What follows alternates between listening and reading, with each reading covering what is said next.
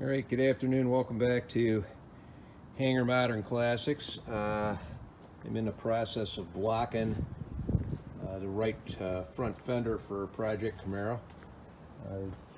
This thing, I used this fender to illustrate a lot of different techniques because, well, quite frankly, it had the crap beaten out of it.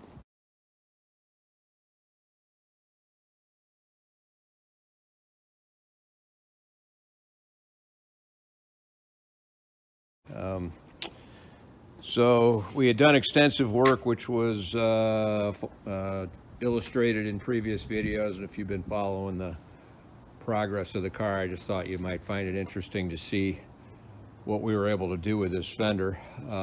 This area, this whole area here, or the top of the fender, and this whole area was pretty well crushed. And as you can see, we now have a nice crisp character line. This is after the first blocking, which there will be a second. But frankly, the fender has gone straight with the exception of this little high down here, which I simply did not pick up the first time, so I'll go back and address that.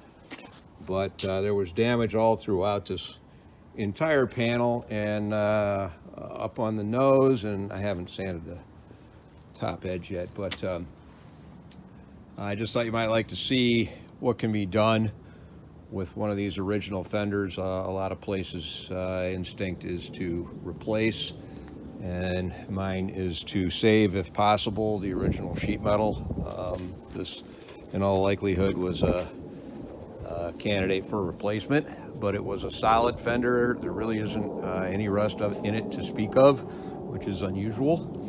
So I thought it was worth saving, and at this point it is completely straight. It's as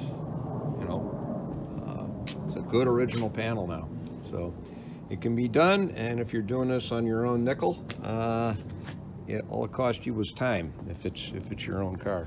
So and if it's not, well, you're keeping an original part and saving a little piece of automotive history while you're doing it. So there you are.